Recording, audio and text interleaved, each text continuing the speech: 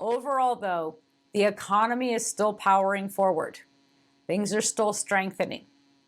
As more and more of the country opens up and more parts of the economy can begin working somewhat normally, things are opening up. Yes, we've had some setbacks recently, especially the emergence of the variants and the effects of that. I'll talk about that in a moment. And yes, inflation is clearly becoming more than a transitory event in many aspects. Some of it is, some of it isn't. But as a lot of the questions that came in specifically around inflation, so I'm going to take a moment to talk about that first. And I want to say inflation is one of the really big concerns, not so much for the reasons that some people think. It's more so because it's a big concern for the ability for the current administration to do a lot of the things they want to do. The economy matters. It really, really matters as far as politicians' ability to get elected, get reelected, and get a lot of policy done.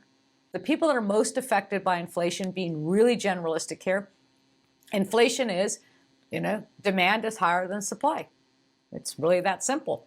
If you want to buy a car right now and there's no supply, you're going to pay what the dealer wants you to pay. There's no negotiation. If you go in and everybody's got tons of cars and everybody's competing with each other, you may be able to negotiate the car price. If you're living off of a fixed income, you have a limited ability to raise the amount of money you're making in order to pay for higher costs.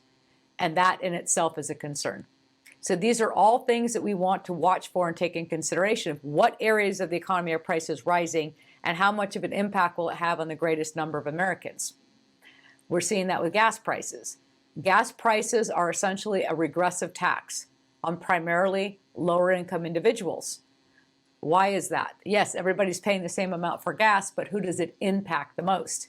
It impacts the people that have to drive further distances to go to work and fill up that tank each time.